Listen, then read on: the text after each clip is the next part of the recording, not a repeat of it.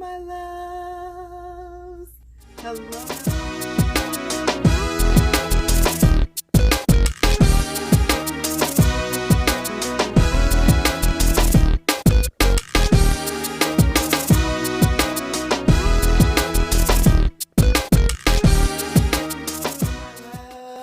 Hi guys.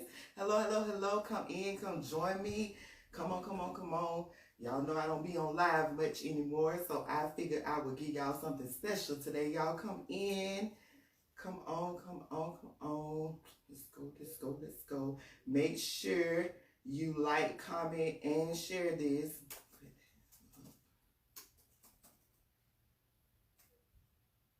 Hey, Francis. I hope you're feeling better. Hey.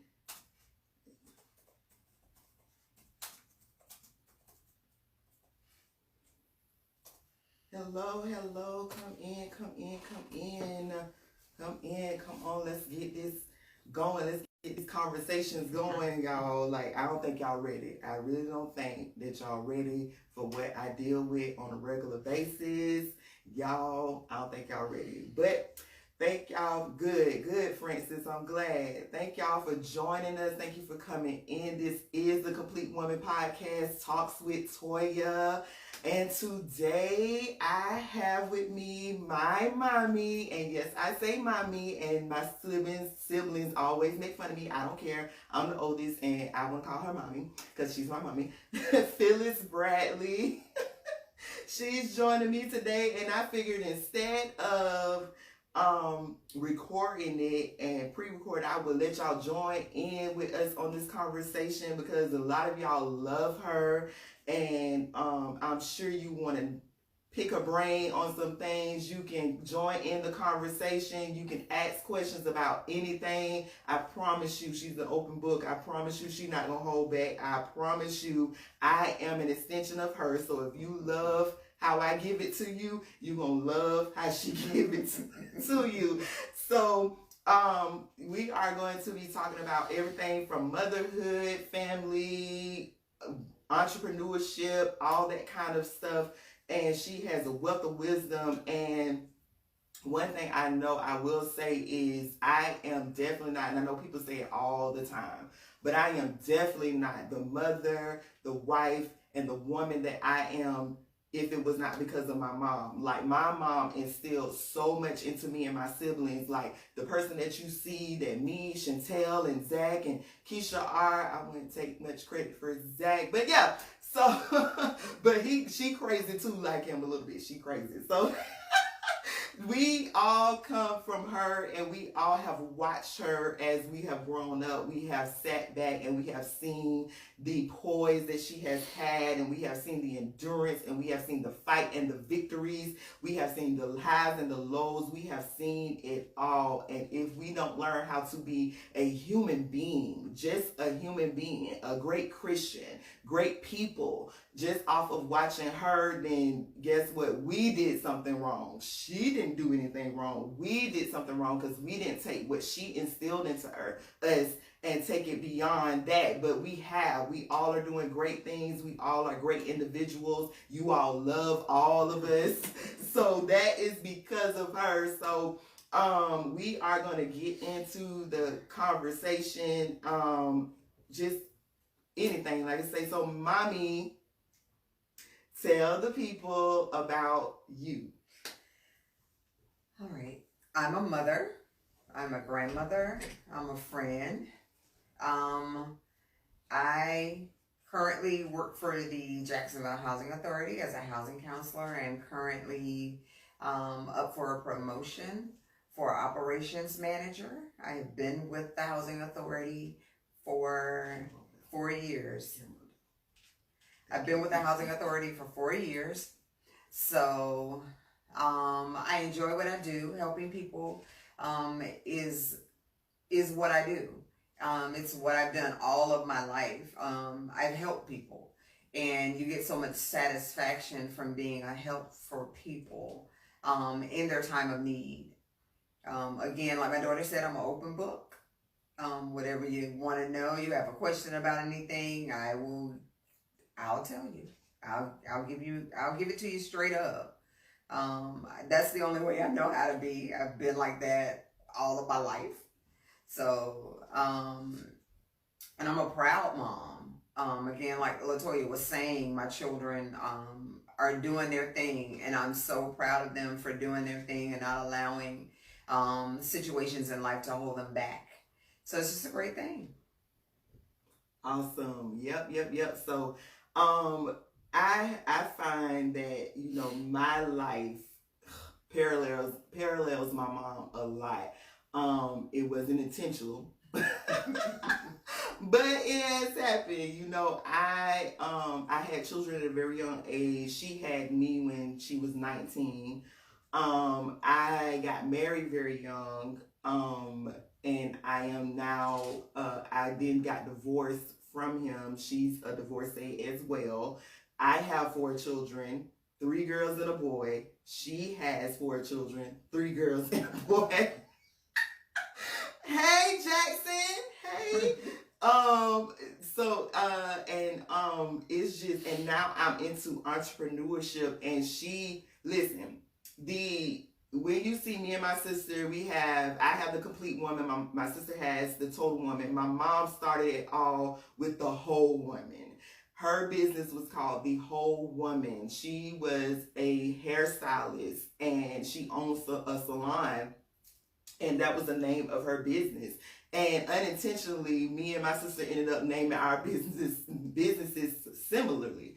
And I believe that is all God, because eventually we're going to combine all of those things together, because all of us do something quite different, but we all come to the same result of helping people in some kind of facet. So we didn't understand it when we were growing up, because you don't really see a lot of entrepreneurs back then. You didn't see a lot of entrepreneurs in the Black community. So my mom owned a salon and all that kind of stuff. I was like, oh, okay, mama, you got you a salon. I was excited about it, but I really, really didn't understand the magnitude of it until I started trying to do business. And then I was like, now, wait a minute, because I never wanted to do business. And I was like, now, wait a minute, this must be what I should have always been doing, because my mom already set the path, and I don't like really working on nobody's job. So I love being my own boss. My mom already paved the way, so it took upon me and my siblings, and my sister, Lakeisha, has a business as well, and my brother is a comedian, so we're all doing things that are outside of just being in corporate America. And she started that. She created that path, and even though she may not be doing that right now, it's still in us, so we're doing it. And so, Mom, as you were basically raising us, what was your thought process? Did you have, because I know for me raising my kids, it was like, I'm going to raise them to be the best individuals, make sure they're happy, healthy, and whole. I want to create this environment that I make sure they come out good, So what was your thought process being a young mom, and then having to, initially, you started to raise us on your own? So how did you process that, and what was your thought on doing that? Initially for me, I of course wanted to be a mom, wanted to have children. I really wanted to be a mom. You start out this thing with, I want somebody that, will love me and appreciate me. So I started having children at a young age. And after having a couple of children, let me start out by saying I always had an affinity for God. Always. Even as a young girl, I got saved when I was really young. So I always had an affinity for God and the things of God. So once I started having children, and after being in a backslidden state and then coming to understand that I need God to raise these kids. I'm not going to be able to make this. This is not going to be possible without God in the middle of this. So I went back to the Lord, and from that point on, I'm one of these people, once I buy into something, I'm in it. I'm totally in it. I give everything I have to it. So me and this relationship with God, I was all in. And raising children, I wanted to raise children that would be all in as well. I didn't like the things that went on around me with other persons. So in my mind, I said, I'm going to raise my children to be better. They've got to be better than the status quo. I don't want my children to be like the average child, to live like the average child, and I won't live like the average person in front of my children. I will be an example for my children. So me and God together, started this relationship with living holy in front of my children. There was no smoking, no cursing, none of that in front of my kids. My kids never saw me do anything erroneous. They never saw it. I didn't want to live that in front of my children. I totally believe in being an example. I am not the mother that says, do what I say. I am the mother that says, do what I do. Yeah, that's true. That is true. And I took that on into my own raising of my children. And I tell people all the time, I took the foundation from my mom, but I put my own little twist on it by what I learned and what I saw in growing up, and as well with the times, because you got to shift it a little bit with the times. But I am one of those non-negotiable parents, and I am the same way. Like, I am not going to, because how can I explain to my child? And thank you, Satiera. How can I explain to my child that it's okay for me to do it? Because we quick to say because I'm grown, and kids don't really understand that. Like, yeah, you grown, but So for me, I always wanted them to be like, and we do it today. Me and my siblings. My mama didn't do that. That ain't we didn't do that. My mama ain't like that. Thank you, Jackie. Don't tell her that. So I tell people all the time, if it wasn't for how my mom raised us, like, we didn't even really realize that we lived in the hood. We didn't realize that, we were probably beneath our means and all this other kind of stuff. We didn't really realize that stuff because my mom carried herself with such poise. And one thing my mom never did was she never gossiped about people. Like, if she had an issue with her friends or people in the church or anything like that, she never came home and she was like, let us overhear conversations about that. She didn't do that. So to this day, people are always like, oh yeah, Toya and her sisters and all that, they're not going to tell you people's business. Like, you're not, because that is not what we do. We learned that from our mom. Like, we don't tell people's business. And it's just so, when you get older, and I tell people a lot of times too, until you get older, and a lot of times until you have your own children, you don't understand a lot of things that parents do. Because growing up, I felt very sheltered. I felt like I could do absolutely nothing. And the people in the neighborhood called me the church girl. The boys would say they couldn't talk to me because I was the church girl. I was too holy, too saved, and too goody and all that stuff. Hi, Elijah. He's saying, hey, big mom. So, they labeled me that way. So it was kind of like, oh my God. And we were always in church. Listen to me. Understand? Now you will understand why I'm always in church, ain't it? Because that was embedded in us. Understand? All the time for hours on end. We were at church. We went to Philippian Community Church, where Bishop Callahan presided, I'm sorry. And now the Joneses have taken over that or whatever, but it was a great upbringing, again, foundation. So when we went over to St. Paul, big up St. Paul, Pastor Guns, Bishop Guns, we took all of our foundation over there to there, and we just grew from there. And my children went too. Like, the church, the people always picked at me in church. They was like, yeah, your children make up the youth ministry. Because they were always there, always a part. But I love church. I love God, and I am a praying somebody. I will help you and motivate you. I'm sure one day I'll be a preaching somebody, because baby low key preaches. But I learned all of that by watching her, and she took me. She didn't, leave me home from church. No, you're going to church. Even when I had a kid and I was still young in her house, you and your baby, you getting up and you're going to church. And it was non-negotiable. School, non-negotiable, all that stuff. So watching her and her instilling that into me was amazing. So I also want to get into how you navigated um divorce and all of that, because I believe the way that you handle divorce is the reason why I handled it the way that I handled it as well. Even though friends and people were like, no, you need to go off and you need to do this and you need to do that. I was like, nah, I'm just going to keep pushing. But I think because of your example, when you got divorced and when you went through all of the stuff that you went through, it was a major example. So tell us about that process of getting through a divorce and dealing with all of that. Again, my relationship with God, and I've always been this person also to, you want to live your life as an example.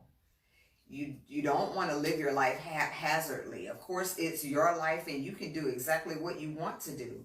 But you must remember always that people are watching you. Even when you don't think people are watching you, they're watching you. They're listening to what you say and then they're watching what you do. So it's not only enough to have the knowledge of something, you must live out what you preach. Yeah. Your life is your story. Mom. That's good. Your life is your story. That's every day. Your life is your story. What do you want people to say about you? How do you want people to think about you? So in my process of being married and being in this very tumultuous marriage, it was a lot of turmoil. So in being in that and finally coming to the decision that I can't do this anymore. I can't do this. I can't allow my children to live in this anymore because it had become detrimental to my children. So in deciding that we can't do this anymore, I can't let them live like this. God made a way of escape for me. So when God made the way of escape for me, it was important then for me to make sure that my children were okay. Because they had started to, they were dealing with so much as well, and actually watching the interaction between me and him, it had begun to affect them. So then is the process. Once the decision is made, then there is the process of healing. Now healing has to take place because there's been so much injury and so much hurt and so much pain. So now the process of healing has to begin. Yeah. And this is when we kind of sort of merged into St. Paul of Jacksonville and began the whole healing process. The process of healing has to take place. Yeah. So that's how we got there. And once we got there and Bishop began to deal with us in our places of pain, we were able to come out better. And you always want to come out better no matter what it is that you go through. Right. You always want to be an example, again, because people are watching you. Right. So you always want to be an example of how you go through that this is how. It doesn't mean that you're not hurting. It doesn't mean that, this hasn't been a tragedy. Right. It's just the fact that there's something to be learned out of this. So what do you learn from it? Or do you just continue to go through it and then there's no learning? And then it reoccurs again. You don't want it to reoccur again. So you want the healing process to happen so that it doesn't happen again. You want to make sure all areas are clear and that you're healed in all things. Because you don't want to carry this around. You don't want this to be a burden to your life, because it can be a burden to your entire life. It changes your whole life. So do you want to change for the better? Or do you want to just stay and wallow in whatever that is that you're going through? My ultimate goal was victory. And no matter what I experience in my life, my ultimate goal is victory. Yeah. I want to come out victorious on the other side. So God, what is this? What are you trying to teach me? What is it that I need to learn so that I don't experience this again? That's good, Mom. That's good. See, I told y'all, low key be preaching. That's good. And again, I can definitely relate. And this is why, even though it was hard, even though it's like I want to lash out and I want to do this and that, but my children are watching, and I can't base my reactions and the things that I do off of what somebody else is doing. Somebody has to be focused on the children. Somebody has to care about how the children come out of this, so I had to mourn silently. I had to fight silently. I had to go through my battles silently, just to make sure that my children came out okay, because at the end of the day, it's not their fault. They didn't ask to be in this situation. They didn't do anything to create the situation. So I had to make life livable enough for them, no matter how I felt, no matter how much I wanted to feel a certain type of way or get revenge or whatever, I just learned that, and I was like, yeah. And then always in the back of my mind, I can't be out here in these streets cutting up, because the way my mama set up, she not gonna care that this man did so and so to me. What she gonna say is, that ain't how I raised you, and she gonna knock me out. So to avoid getting knocked out, let me keep that in my head. So that was very, very helpful, and again, watching her faith, and thank you, Zay. Watching her faith and watching her how she never gave up on God. Never have I saw that. Now, she may have done it silently, but I never saw it. She never gave up on God. Her connection with God was always very, very firm. And that is something that I learned as well, because it's like, no matter what I go through, in the moment I may feel like God left me, but guess what? He gonna come back. He gonna come back and he gonna rescue me out of this situation, but I gotta do my part first. Because faith without works is dead. So I have to do what I need to do. So let me get me together. Instead of me focusing on other people, let me get me together and make sure that I'm okay and make sure that my children are okay. And I'm going to always stick with God, because he's the only one that can fix this situation. Because I tried it. That's why I'm in a situation. God, I tried to fix it and it didn't work. So, hey, how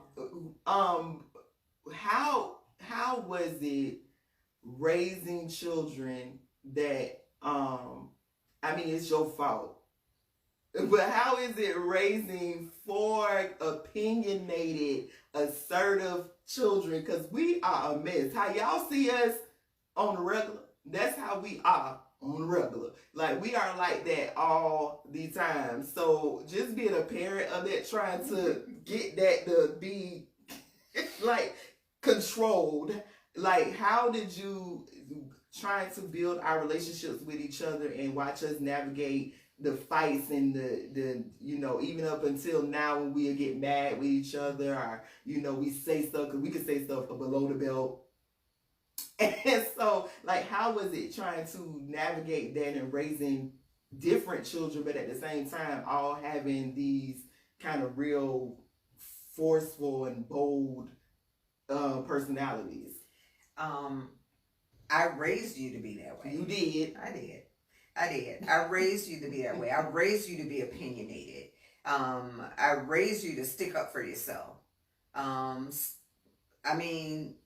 raised you that way. I technically don't really have a problem with it, because I feel that you should stand up for yourself, but never be disrespectful. Right. Because you can stand up for yourself and be disrespectful, but you can also stand up for yourself and respect another person's opinion. Right. I respect another person's opinion because you are entitled to have it. Right. So I respect it. However, whether I disagree with it or not, we're not going to battle it out. We're not going to fight it out. We're both going to have an opinion, and we're going to come to some kind of common agreement on something, even when we have differing opinions. Right. We need to come to some kind of common agreement, something that we can agree on, because we should be able to agree on something. So I may not like you, I may not like how you carry yourself, but of course there is something about you that I do like. So do we agree on that? Right. So we can agree on something. We don't have to just be, I didn't teach you to be a disagreeable people, because some people disagree with everything. Yeah. I didn't teach you to be a disagreeable person, but I taught you to have your own opinion, and that your opinion does matter. So I can't say to you, oh, shut up, go and sit in the corner. No, your opinion matters because you have an opinion about something. This is your life.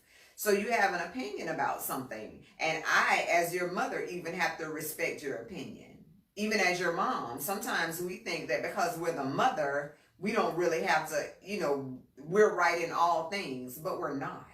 We're not right in all things. We don't know everything. So guess what? You have an opinion about something, and sometimes that opinion that you have is going to help me. So I've got to be open to growing. That's good. It's not because I'm older than you means that you can't teach me something. You can teach me something. This girl right here has taught me some things. You can teach me something. So it doesn't mean because I'm older than you and because I birthed you and because I raised you, you can teach me something. So I got to be open to growing no matter who that growth comes from. That's good, Mama. I taught you something, Mama. You know I was going to do that. Hey, words of affirmation is my love language. She know I'm going to eat it up when she says something like that.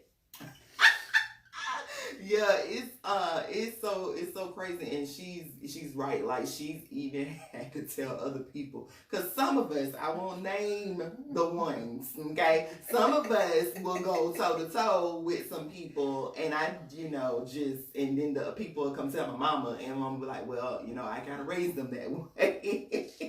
And it is some fault, but like she said, she hasn't taught us to be these people that are just trying to go against you, just to go against you. No, we have an opinion. We have our way we see it, and this is how it feels. Some of us in the family have taken it a little further, but it's fine. We don't.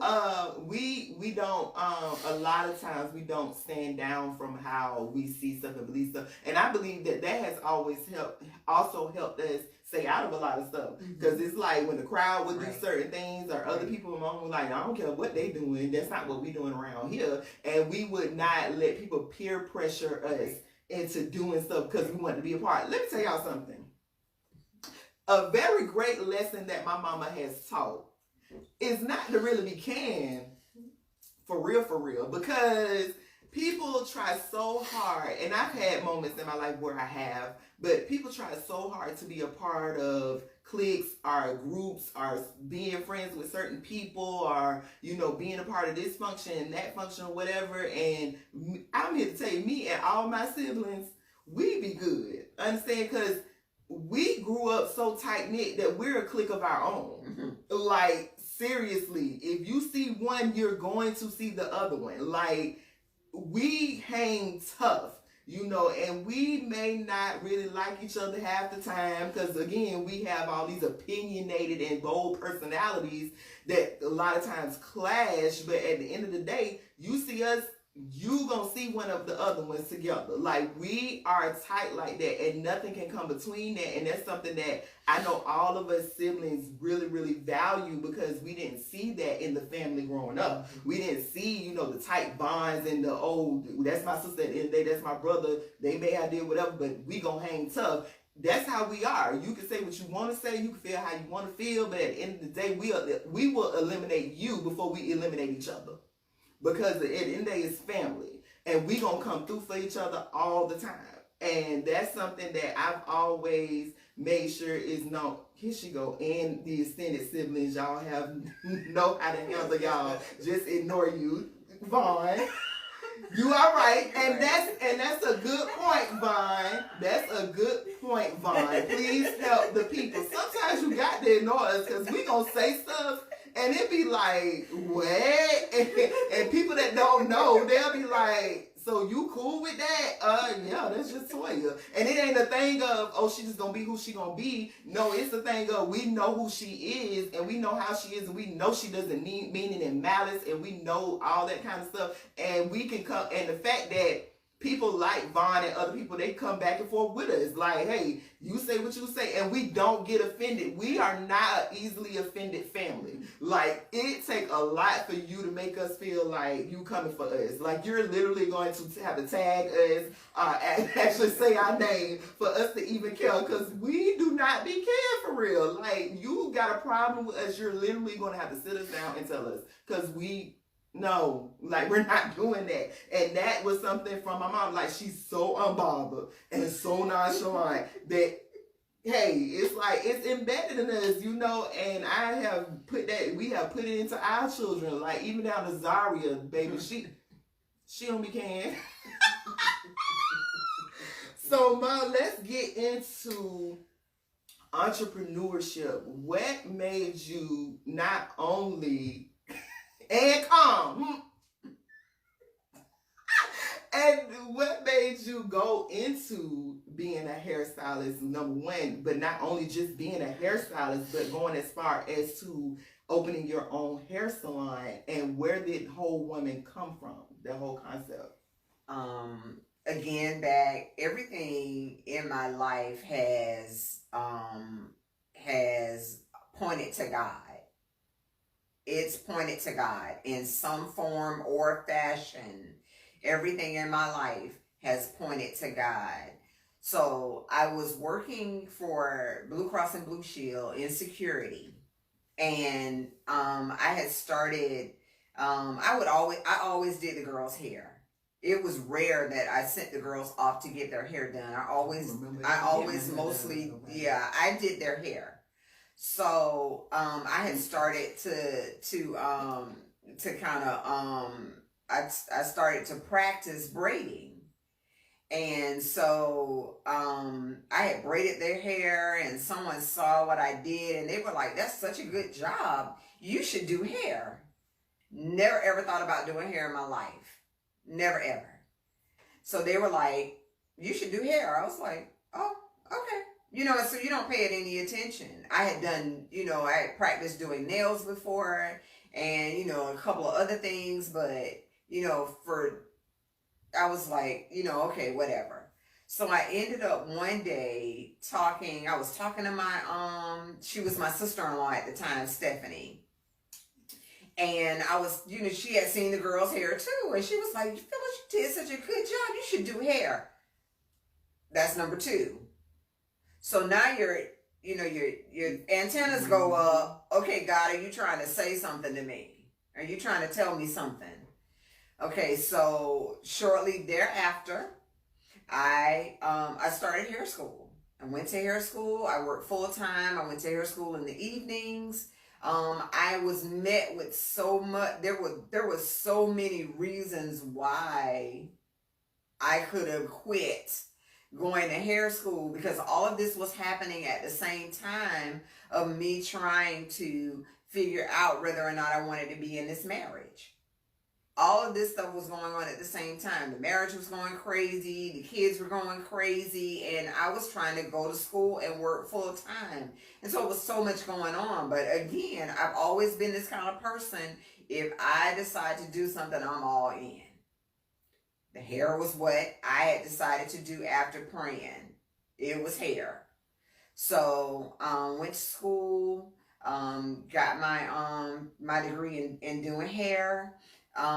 Decided after, working in a couple of salons, the Lord pressed upon me to open up my own place, because I didn't always like what I saw occur in those places. So the best way to change something is to own it. Come on with that word. So if you own it yourself, then you control the environment. You control who comes in and out. You control what happens while you're there. You control it. So that's how the whole owning the salon thing came about, because I saw a need for, straight to the point Christianity, operating in a salon. Because when you come to a place, if you're a Christian and you're going in a salon, you don't want to hear a whole lot of other stuff going on. And a lot of other stuff goes on in those places. So God impressed upon me, open up your own, and your atmosphere will be a Christian atmosphere. There will be certain things that will not go on in your salon. As you have a standard for your home, you also have a standard for your salon. And that's what I had. So I don't know what went on when I wasn't there, but when I was there, it didn't happen. So I opened up my own salon and trying to, before I opened it up, I'm trying to, praying again, what should be the name? So you go through all these, these other things that it should be, and God impresses upon me what my ministry is. It's to help people to be better. And since it was a salon, it would be primarily for women. That is how the name The Whole Woman came about. My job was not just to do their hair. My job was to also minister to them so they would be better. So I've had hundreds of people to sit in my chair. I did it for 20 years. So I've had hundreds of people to sit in my chair, and I not only do their hair, I minister to them. And I am a living witness to this day that my clients didn't only come to me because I could do their hair. My clients came to me because I could help them, and they wanted to be helped. So they would come to me week after week, month after month, because they had a need for the environment. Because there would be so many times they would come to me and they would say, man, I feel so much better when I come here. And it's not just because I've done their hair and made them feel better about themselves. It's the environment exudes God. That's good, Mom. And you can get something out of it, and you're not coming in there talking about everybody. We're not doing that. Mm-hmm. We ain't coming in here and we ain't talking about the pastor at the church. We're not doing that in here. We're not doing that in here. We're here to help people. And if I'm trying to win the people that come in there that ain't saved, I can't be in there talking about God. I can't be in there talking about the pastor. Right. And help the people be saved. Because they're not gonna their opinion of me is gonna be like everybody else out of there. Again, right. What do you want people to think about you? Right. What do you want people to say when your name comes up? Is it gonna be, she ain't never dependable, she ain't never on time, she always talking about people? No, you won't say that about me. Right. Because that's not what we do over here. So that's the environment that I wanted. And again, I think some of the people, they didn't come to me because I could do hair, because I wasn't the very best hairstylist. Of course, I was on time. You're not going to be in there for 10 hours waiting on me to do your hair. You're going to get in there, you're going to get your hair done. But I promise you, if you got an issue and you sitting in my chair and you tell me about your issue, we're going to pray about that thing. Because that's what people needed. So that's what I did. So it was God ordained for me to do it. So, my whole life again, surrounding around, okay, God, what do you want? What do you want? What are you saying? What are you doing? So I'm all for it. That's good, Mom. That is I took a lot out of that. Vaughn, yeah, listen, it's a lot we can do with that quote. I took a lot out of all that you just said, because again, I'm looking at my own life. And the dependable, on time, when you leave me, you're going to feel better. That's the kind of stuff that I want to exemplify. And I just made a post the other day. I said, listen, I'm always on time, because my mom put that in me. A lot of people's like, oh my Lord. And I was like, yeah, because I make sure, because I don't want anybody waiting on me. I don't want anybody feeling like their time was waste because they were waiting around on me, because I feel like I'm the queen of Zamunda or something. I feel like that's what people feel like when they're late. I'm sorry. You feel like you can just do what you want to do, and you just everything, and people can wait on you. You're going to find out that people ain't going to be there no more while you're sitting there talking they can wait. But that's another thing. Anywho. But yeah, so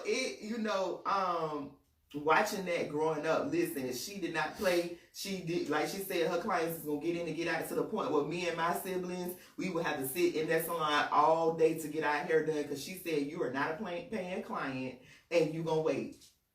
Okay, Mom, I guess. But, when she said, if you want to be in control of something, you got to own it. Tyler Perry said that too, and I was just watching a documentary he did.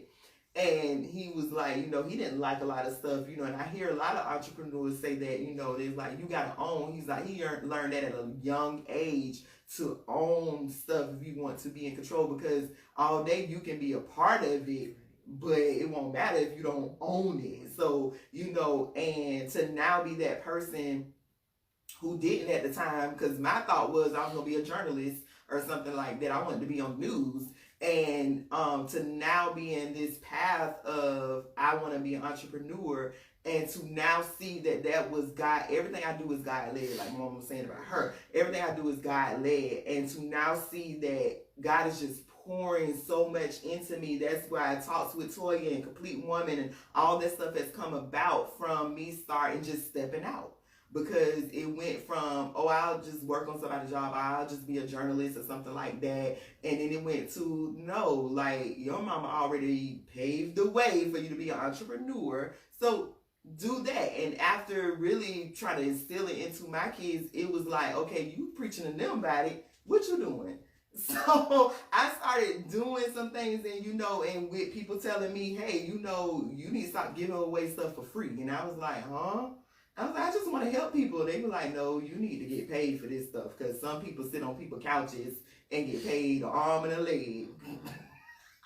So I turned it into, let's start businesses, and me and my siblings, again, all of us have started something that's outside of corporate America, and she paved the way for that. And to know that she has done it so well, it's like, okay, we gonna do this thing, and we're gonna do what is put in us, because we can't settle. We just can't. It's just not in us to do. We can't sit around here and see money being made and we not making it. Like, that's just not what works. So we doing all we can to continue on in the path that my mom has set, and to watch her as a young mother, as at one point a single mother, and as an entrepreneur and a Christian woman, all of these things, and being true to those things is what we take. And so that's why I wanted to do this, because number one, I want parents to understand what you're instilling into your children.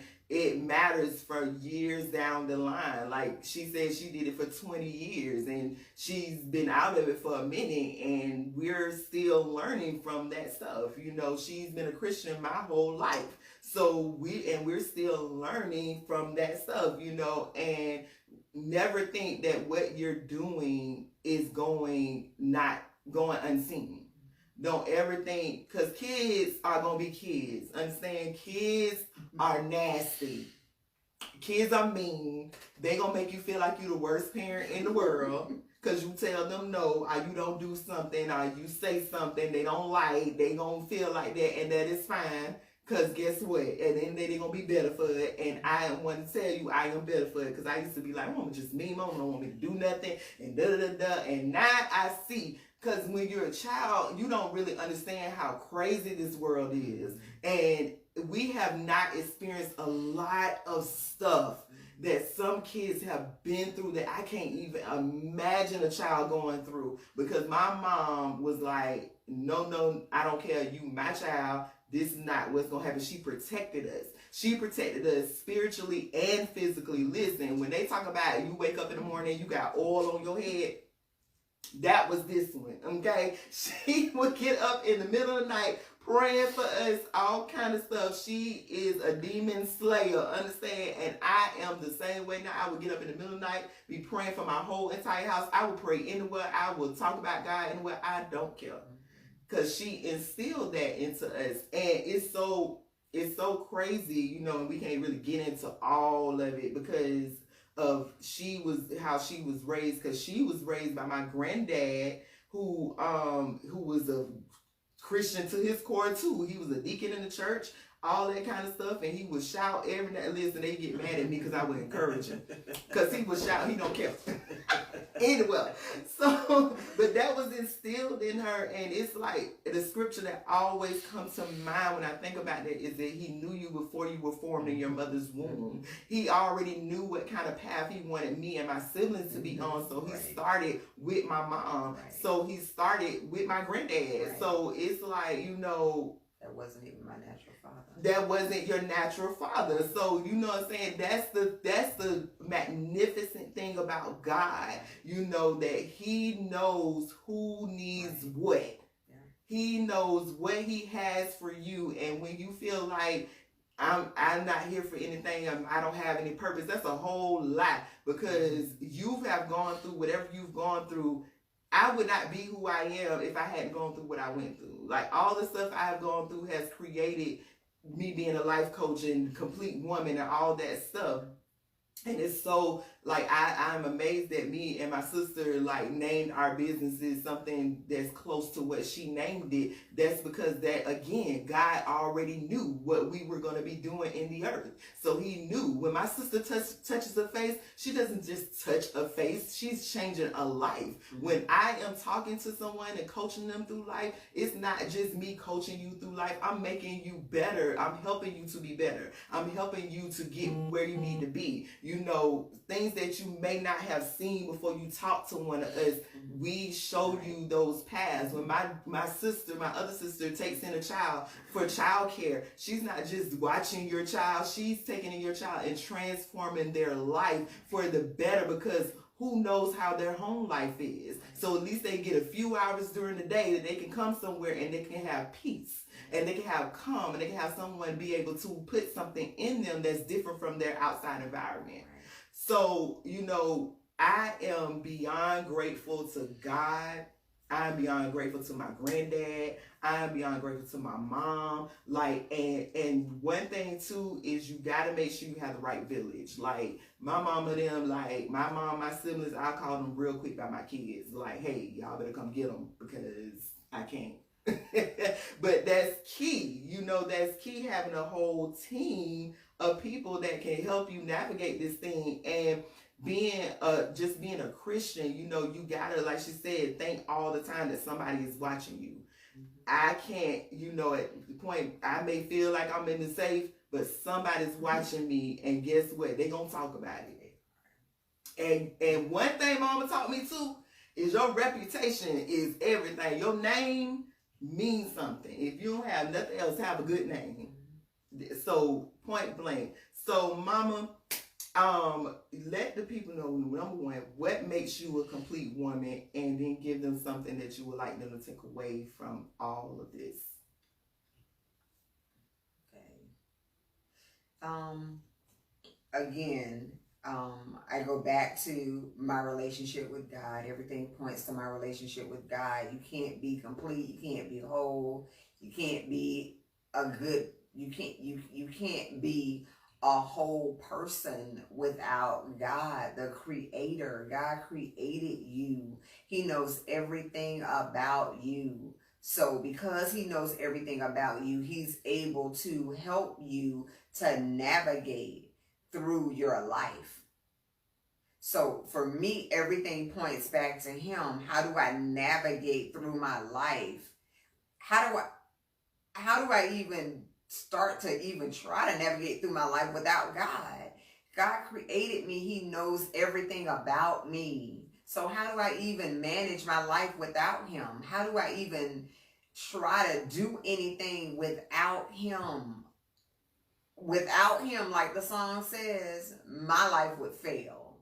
Without him, I would be nothing, like a ship without a sail. Listen, it's all about your relationship with God.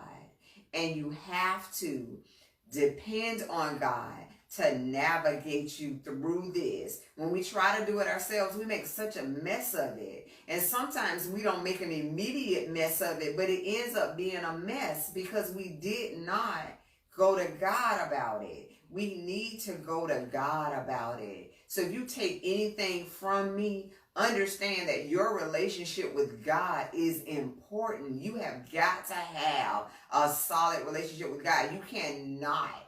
You won't be able to live to be the person that you really want to be without God. You can start off without him, but somewhere down the line, you're going to have to include God, or you're going to end up with a mess.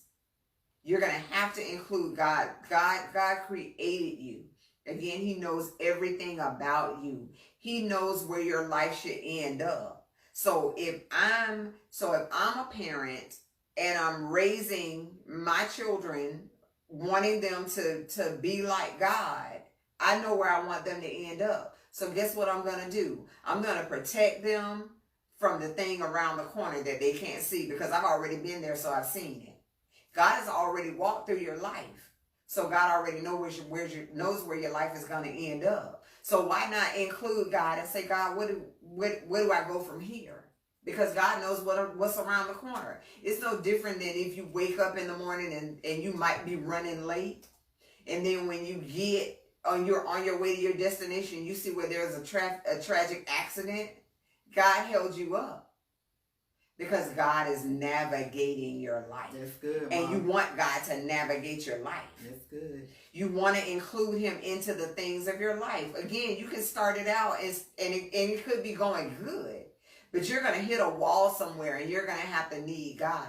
So before you get to the wall, how about you just go ahead and include him on the front end? That's good. That way, he's navigating you through those areas of your life. He's navigating you through those bumps in the road. Come on.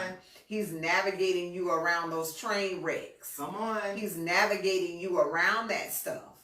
So you want to include him on the front end so that you're not having to go through a whole lot of unnecessary stuff. Right. It is important that you put God in the middle of everything that you do. You want his opinion about what you're doing. You don't want to just do it on your own. You want to know what God is thinking about what you're getting ready to do. Yeah. So before you're getting ready to do it, how about you say, God, what is this? What do you want me to do about this? I've done this so many times, even when somebody's saying something to me that I don't like. I'm in my head saying, okay, God, do you want me to say something? God, a lot of times just say, shut up. Right. And then I hush. And I don't say nothing. And then God gets the victory. Even being opinionated, God tell you to shut up. Don't say nothing. So you must obey God you must obey God. Just do what he says. And it will keep you out of a lot of stuff. It'll keep you out of a lot of stuff. Don't live any kind of way in front of your children. Again, your children are watching. It's your life and you can do exactly what you want to. But a lot of times, our children are a product of us. Yep. So when we acting a fool, our children acting a fool too. When I was in that marriage and I was clowning and me and him were going back and forth, my children were acting up too. They take on your personality. They take on how you live. So be an example in front of your children. You want to be an example in front of people. I don't know. I've been with the Housing Authority for 4 years now. And I can't tell you how I got to the level where I am, except it was God. And God pointing me in the right direction to the right people and having those conversations with those people that can teach me what I needed to know. And now I'm up for a promotion for a supervisor. I don't have a background in this. Yup, This is all God. This has nothing to do with me. And I didn't even want it. But it was God saying, that's where I'm pointing you. That's God putting my name in rooms and I ain't even there. Huh? Come on. So if you follow the path of God, God's not going to lead you astray. So you want to follow his path. Oh, okay. I dig it. If you want to send an offering, okay, you can either send it to me at my Cash App, Latoya Kight. What? Because I told y'all, baby, low-key preaching. Understand? This is where I get it from. Okay? Low-key preaching. That was so good. My God. The people on here. The people on here, they say they enjoying it. Tiffany Lewis say they enjoying you, and her mom Gladys, Miss Gladys on Hey, here. Miss Gladys. Hey, Eb. Hey. Hi, everybody. Yeah, guys, listen, I told y'all, man, I wish that I could just have, like, maybe I'll do a part 2.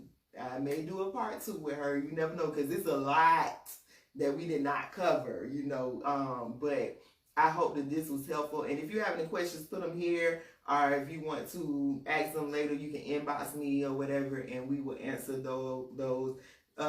Miss Gladys said you are anointed. Yes, ma'am. Yes, she is. Giselle said great job. Yep.